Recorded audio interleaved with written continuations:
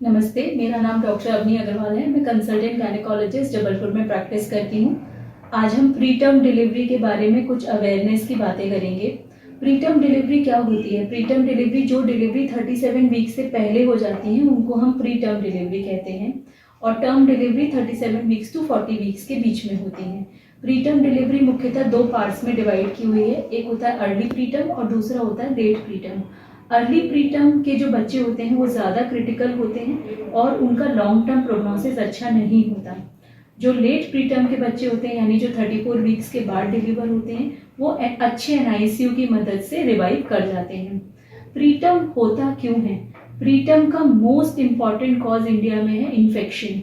Infections में number 1 urinary tract infection, दूसरा viral fevers, तीसरा अगर आप ओवर द टॉप ड्रग्स लेते हैं बिना अपने डॉक्टर्स के परमिशन के, दूसरा अगर आपको कोई अंडरलाइन बीमारी हो जैसे कि अनकंट्रोल्ड डायबिटीज़ या आपका ब्लड प्रेशर जो कि बढ़ रहा है प्रेगनेंसी में, तीसरा या फिर आपको ट्विंस या ट्रिपलेट्स हो प्रेगनेंसी से।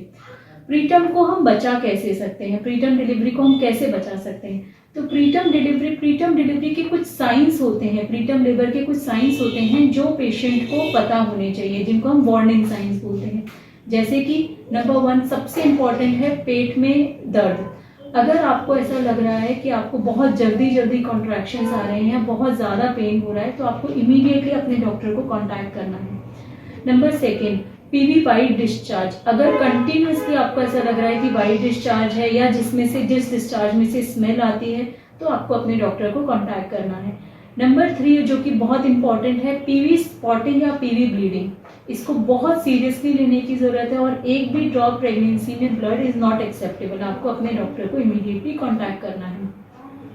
अंत में मैं ये कह के अपनी बात ख़त्म करूँगी कि रेगुलर फॉलोअप, अपने डॉक्टर से प्रॉपर कंसल्टेशन और अपने वार्निंग साइंस को पहचानिए और इमीडिएटली डॉक्टर को कंसल्ट कीजिए अगर आपको ऐसा कुछ भी लगता है तो।